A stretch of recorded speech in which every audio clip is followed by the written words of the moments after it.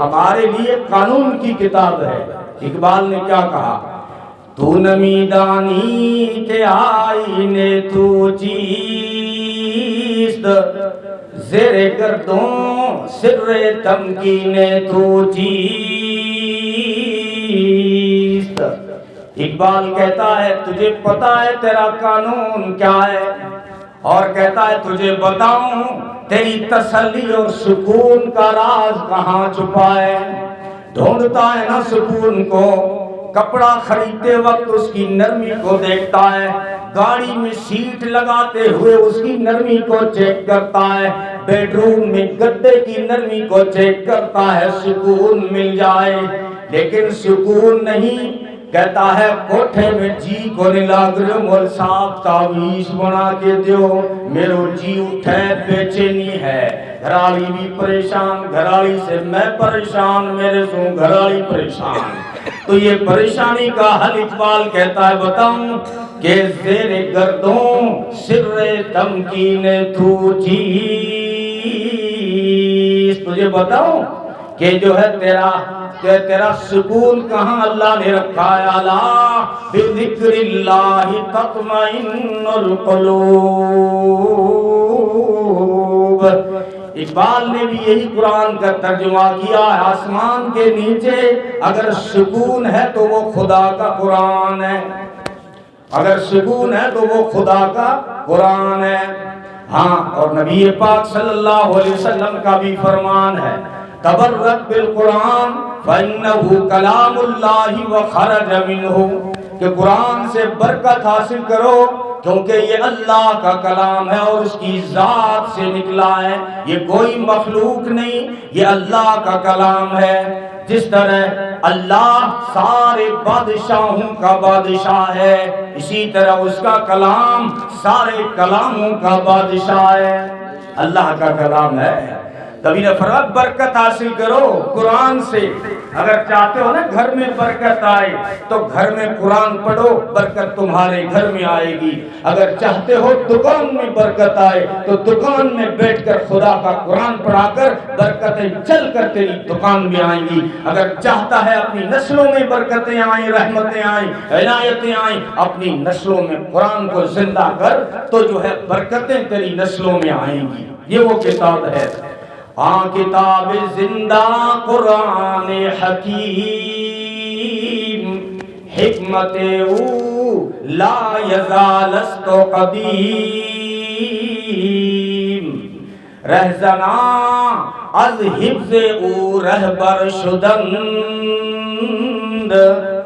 از کتاب صاحب دفتر شدند۔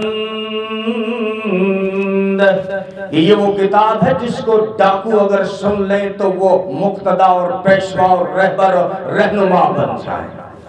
اس لیے قرآن، اگر ہمارے حالات کی ایک وجہ یہی ہے کہ ہم قرآن سے کٹ گئے اور قرآن کو ایک طرف رکھ لیا، بہت بڑی غلطی کی ہم مسلمانوں نے۔ کامیابیوں کا راز تھا ہمارے پاس، ہم ظالم ہیں کہ ہم نے اللہ کے کلام کے ساتھ میں ظلم کیا ہے، اور پھر کہتے ہیں ہمیں یہ مار رہے وہ مار رہے، کوئی نہیں مار رہا۔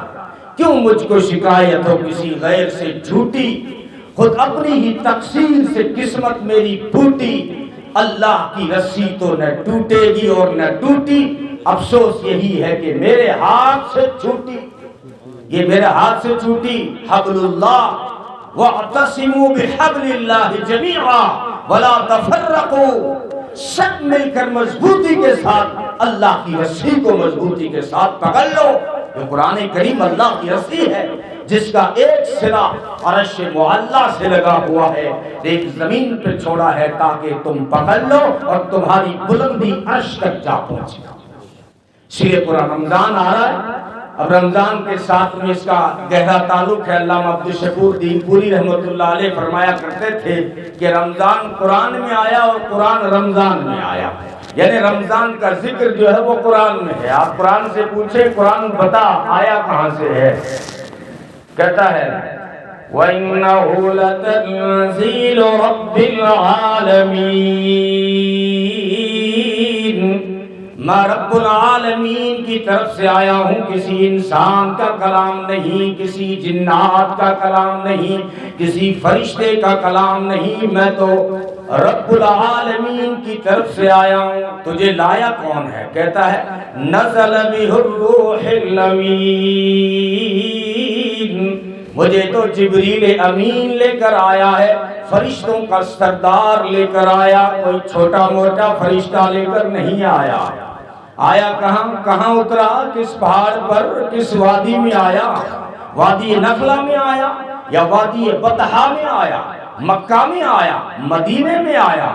کہنے لگا نہیں، لو انزلنا ھذا القرآن علی جبل لرأیتہ خاشعا متصدعا من خشیۃ اللہ، اگر ہم قرآن کو کسی پہاڑ پر نازل کرتے تو قرآن جو ہے اس کی ہیبت سے، وہ پہاڑ جو ہے قرآن کی ہیبت سے ریزہ ہو جاتا۔ تو کہاں آیا؟ کہتا ہے علی قلبک لتکون من المنذرین، میں تو رحمت للعالمین کے سینے میں آیا، وہ سینہ جو رحمت کا خزینہ اور وہ کلام جس میں جلال تھا، وہ جلال والا کلام جب رحمت کے سینے میں آیا ایسا فلٹر ہوا کہ اس کا جلال جمال سے بدل گیا، اس کی ہیبت رحمت سے بدل گئی اور اس کی خشیت برکت سے بدل گئی۔